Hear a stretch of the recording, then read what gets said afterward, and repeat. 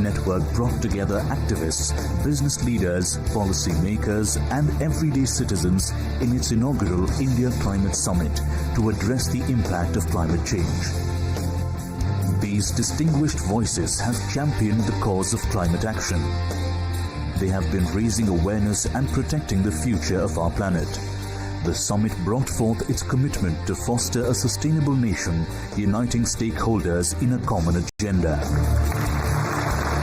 Padma Shri Jamuna Tudu, known as the Lady Tarzan of India, and Padma Shri Jadhav Payam, the Forestman of India, whose determined efforts have safeguarded forests as well as turned barren land into lush forests, joined for an enriching conversation revolving around their experiences. Truly the land warriors of India. In the latter half, Saurabh Kumar, head of Global Energy Alliance for People and Planet, discusses innovative approaches to sustainable energy and their potential to transform communities in an exclusive conversation.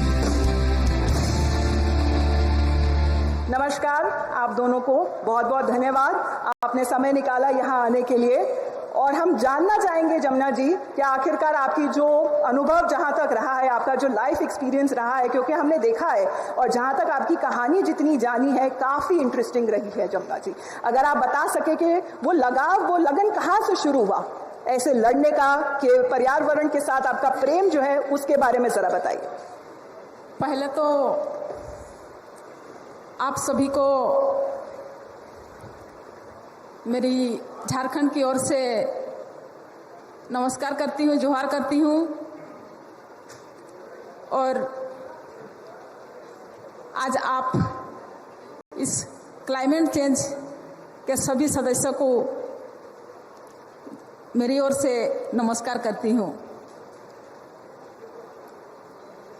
मेरा नाम जमुना टुडू और मैं झारखंड के सुदूर गांव पूर्वी सिंहभूम जिला मुटुरखाम गांव से आती हूं। और मेरा जो 1998 में जब मैं शादी होके आई थी मुटुरखाम गांव में, और मेरा गांव का सामने में बहुत बड़ा उजाड़ा हुआ जंगल, पहले बड़ा बड़ा पेड़ था लेकिन माफिया लोगों ने काट के सब खत्म कर दिया था। जब मैं आई तो देखी पूरा उजाड़ा हुआ जंगल है। तो जब मैं जंगल लकड़ी लाने के लिए जाती थी गांव के महिलाओं का साथ में, तो मेरा मन में दुख लगता था जो भाई हम लोग जंगल को काट रहे हैं और अगर नहीं काटेंगे तो गांव के लोग खाना बनाएंगे क्या चीज़ में। तो इसीलिए गांव के महिलाओं का साथ में मैंने जंगल जाती थी लकड़ी लाने के लिए। और गांव के महिलाओं को मैंने बोला, दीदी हम लोग जो पेड़ काट रहे हैं, अगर इसी तरह हम लोग काटते रहेंगे तो जंगल तो खत्म हो जाएगा। तो गांव के महिलाओं ने बोली, दीदी अगर हम लोग नहीं काटेंगे तो खाना बनाएंगे क्या चीज़ के लिए, तो इसलिए जंगल तो हम लोग को काटना ही होगा। तो मैंने उन लोगों को बहुत कोशिश किया समझाने के लिए, और लास्ट में और सब महिला, मेरा जो गांव के महिला, सब महिलाओं ने समझ गया और मेरा गांव का जंगल को जो मैं बचाने के लिए सफल रही। 1998 से लेकर के कम से कम 2005-06 तक मेरा गांव का जंगल को मैंने सुरक्षा किया। उसका बाद में जब मेरा गांव के लोगों को समझ में आया जंगल का महत्व, तो फिर मैंने गांव से बाहर निकले। जब मैंने गांव से बाहर निकले, दूसरा गांव, तीसरा गांव, चौथा गांव, जैसे मेरा गांव में मैंने एक समिति बनाया, इसी तरह मैंने दूसरा गांव, तीसरा गांव में भी जंगल बचाने के लिए लोगों को जागृत करने का काम किया और समिति बनाया। जब मैंने धीरे धीरे गांव से बाहर निकली तो मेरा साथ में जो मेरा आसपास में जो माफिया लोग थे, माफिया लोग है, वो लोग सक्रिय हो गया है।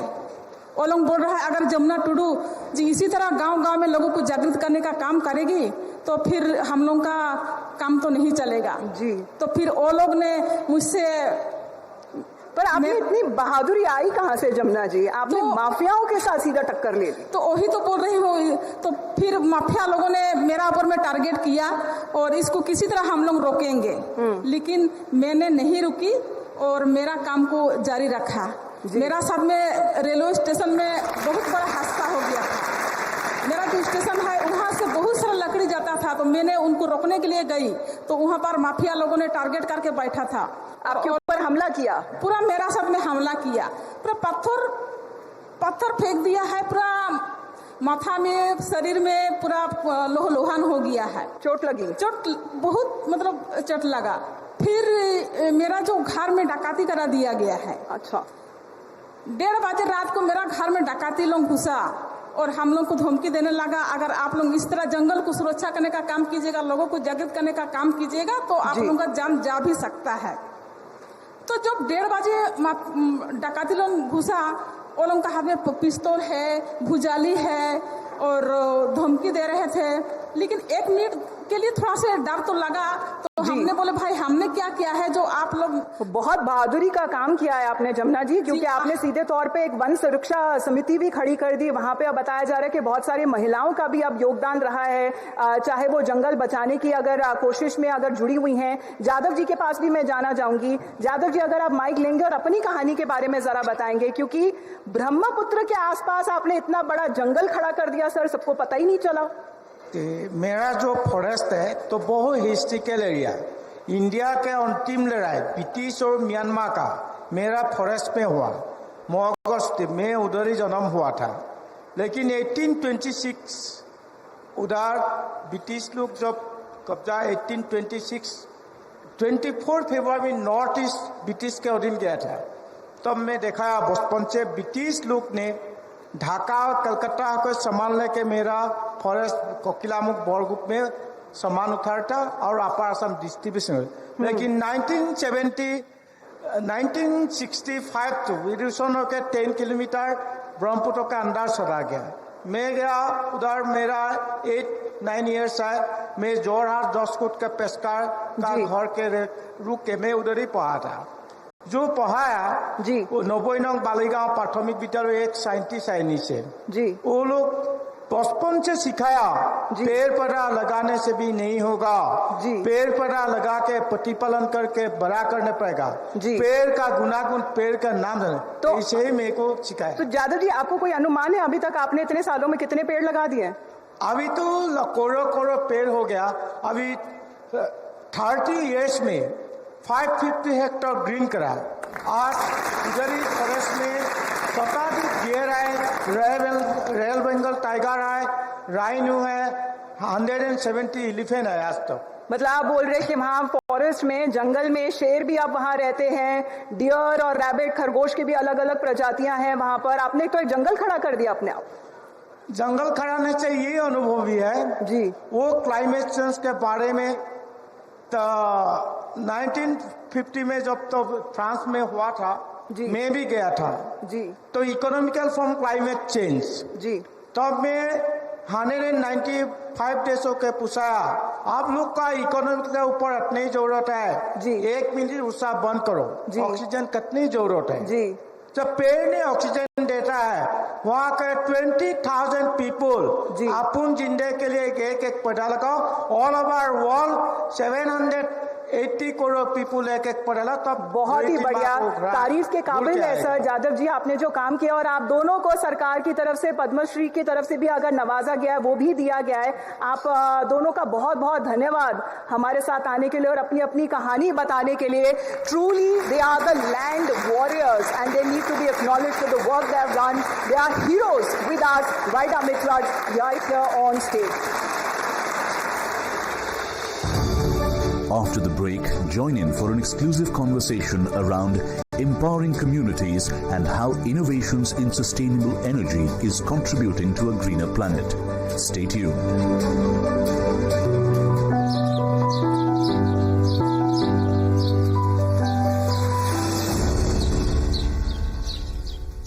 Let me just start with, could you just give us examples of what's working the best? Because, you know, as journalists, as ordinary people, it's so easy to see what's not working. But there's a lot that's happening when it comes to clean energy, green energy. If you have to look back over just say, not a very long time, say a year or two, would you share with us some of the remarkable things that you have seen work on the ground, take shape on a ground that was not thought of, say, a decade back? First of all, thank you for inviting me, Nadi. And before I come to your question, and I will answer that question, let's understand what India stands today. What is the opportunity India has? India has said that we will become a developed nation by 2047. Now, if you look at all the development trajectories of any developed country, including China, they have used cheap fossil fuels to develop themselves, because energy is heart of economic development. We have to find a new way of doing so, something which has never been done by any country, any region before. That's the excitement, that's the leadership that India has. Coming to your specific question of what has worked and will work, is, according to me, the biggest energy transition program anywhere in the world. That was announced by the Honorable Prime Minister about 4 months ago, which is the National Solar Rooftop Program.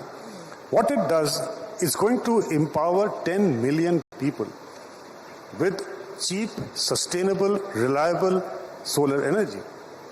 And it is targeted largely towards 3 kilowatt users and lower, so it is looking at the bottom of the pyramid. Yet again, there will always be an issue of debate between what economic development means and how do we have the concerns of climate change. I'll give you an example. Only 7% of households in India have an air conditioner.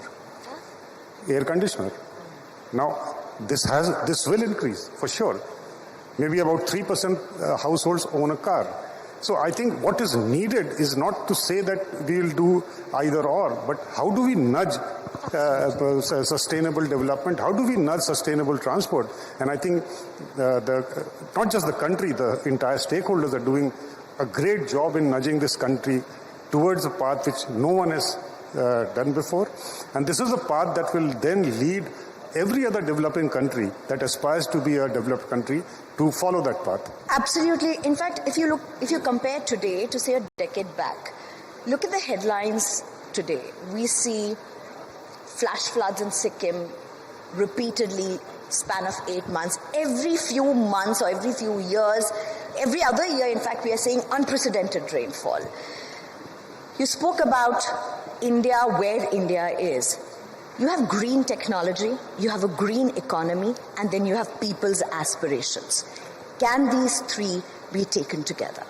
It has to be. There is no choice. I mean, in fact, in the development model that we have all seen how US has developed, Europe, all these three were different. And that's why we have come to the problem that we have.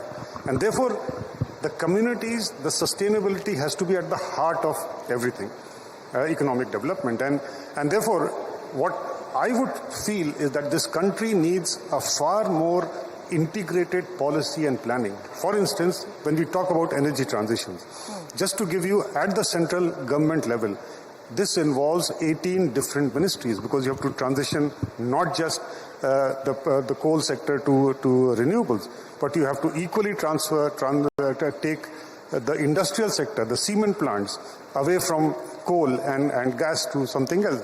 Similarly, your transport has to go. Therefore, you need an integrated approach to planning, policies, regulations. And what I think is the need of the hour is a kind of a high-powered energy transitions commission that this country should have, precisely for this integrated approach towards planning, which takes into account what is the need of a consumer. How do you make sure that the consumer of energy is able to walk the talk that all of us want everyone to do so? Could you give us a sense of what's the level of urgency? Because we speak so much about this. Over the last few years, this is there in the mainstream narrative as well. There's discourses after discourses as well. But when it comes to action, when it comes to implementation, what's the sense of urgency? Look, the urgency, I think we heard the last panel. There is no doubt that it had to be done day before yesterday, not even yesterday. But let's be realistic. If India is at a level where about 70% of energy comes from fossil fuels, that is not going to go away in a hurry. there will be a transition towards a net zero future, which means there will be a peak. Our fossil fuels use may actually increase before it starts to go down. And the reason is that alternate technologies, whether it is solar, wind, or upcoming ones like hydrogen, they, first of all, solar and wind are intermittent. You cannot run a hotel like this or a city like Delhi or Mumbai using solar energy. You need a stable power. So what are the candidates for stable power? It's nuclear. India does not have fuel as far as to run nuclear. And therefore, either you wait for battery prices to fall, that's when you can make solar and wind reliable. Otherwise, the cost of transition will be very, very high. We have to be mindful of the fact that the cost of transition and just to give you a sense why I'm saying this, if you look at the per capita, the percentage of our per capita income that we spend on energy is about 14%. Look at OECD countries and US, it's less than 3%. And remember, even US and Europe, large part of it is driven by fossil fuel. Now, if I, at this stage, when I don't have a trajectory of a low-cost, affordable, clean energy, if I add to the fact that no, you have to only use renewable energy with batteries, my 14% may become 20-25%. So therefore, it's a much more calibrated approach that we need when it comes to energy transition. And I think the government of India and has been, if you look at all the other G20 countries or even more, I think we have the most ambitious plan moving ahead. And it's not just a plan on the paper, the plan is actually working on the ground itself.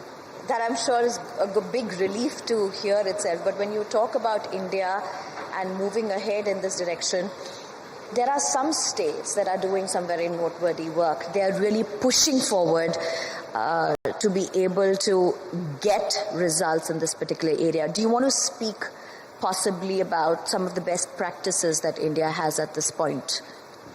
Yeah, I think let's start with this city itself, Delhi. And if you see, Delhi has become the second largest city in the world, having the second largest fleet of electric buses in the world in the last 2 or 3 months.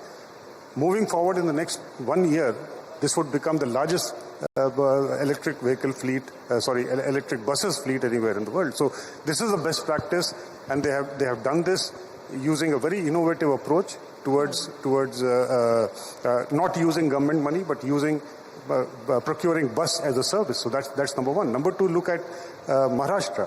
Maharashtra and Rajasthan both have taken up solarization of agriculture feeders in a very massive way. And that's really not just reducing their overall cost to the DISCOM, but it has a massive social benefit to the farmers. Otherwise, I'm sure you know, most of the distribution companies provide electricity for water pumping to farmers during the night time.